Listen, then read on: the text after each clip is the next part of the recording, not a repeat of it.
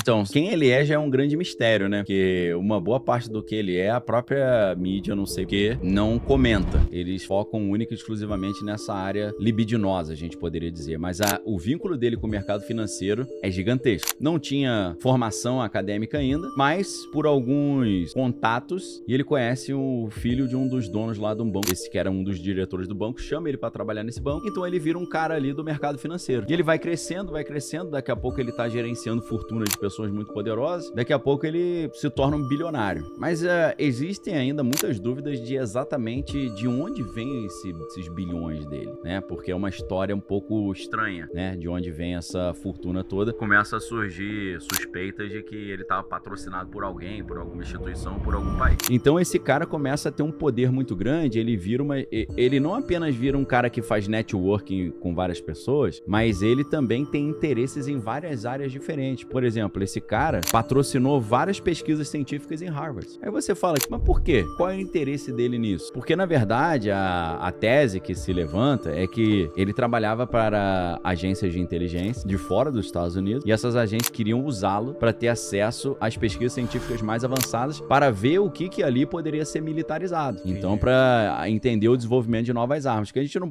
pode esquecer que os Estados Unidos venceram a Segunda Guerra Mundial porque eles tinham os melhores cientistas. Projeto Manhattan, né? Bomba atômica. A gente conhece Epstein como um cara que fazia maldades com mulheres. E às vezes com mulheres de idades inferiores. Menores de idade. Mas ele era um patrono da ciência. Por isso que ele andava com um monte de cientistas. Ele tinha um interesse gigantesco em viagem no tempo. Ele tinha um interesse grande em antigravidade. Então ele tinha alguns interesses bem curiosos, assim, umas coisas meio...